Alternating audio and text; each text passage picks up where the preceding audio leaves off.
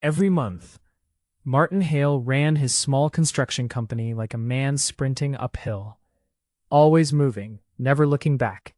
He was good at winning bids, great with clients, and fearless on job sites.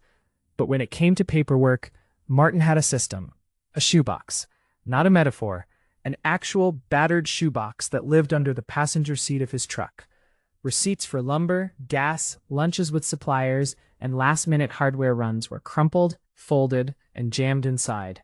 Invoices were printed, half-signed, and sometimes used as scratch paper. Bank statements? Somewhere, probably. Martin told himself he'd deal with it later, the same way he told himself he'd stop working weekends. Then tax season arrived like a wrecking ball. Martin sat across from his accountant, Serena Park, and slid the shoebox onto her desk with a hopeful grin. "Everything's in there," he said. Serena lifted the lid and stared into the chaos. Faded thermal receipts, sticky notes with numbers that didn't add up, and a mysterious bundle held together by a rubber band that had aged into something brittle and sad. She didn't flinch. She simply said, "Okay, we're going to rescue you." First, Serena created 3 neat piles: income, expenses, and "we need to talk about this." She asked questions Martin couldn't answer. What was this purchase for? Who paid this invoice? Why are there 3 receipts for the same drill? Martin's confidence started to wobble. For the first time, he realized his business wasn't just building projects, it was building proof.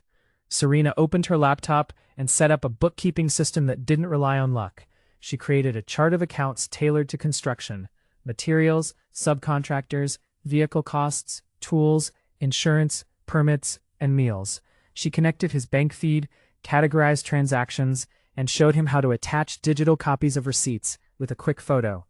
Then she built a rhythm: weekly check-ins, monthly reconciliation, and a simple rule: no receipt goes into the truck without being scanned first. By the end of the afternoon, Martin's shoebox sat empty, like a retired relic. Serena handed it back to him. He turned it over in his hands. "So, what do I do with it now?" Serena smiled. "Keep it," she said, "as a reminder of who you used to be." On the drive home, Martin felt lighter, not because the work had changed, but because for the first time, the numbers finally told the same story he did.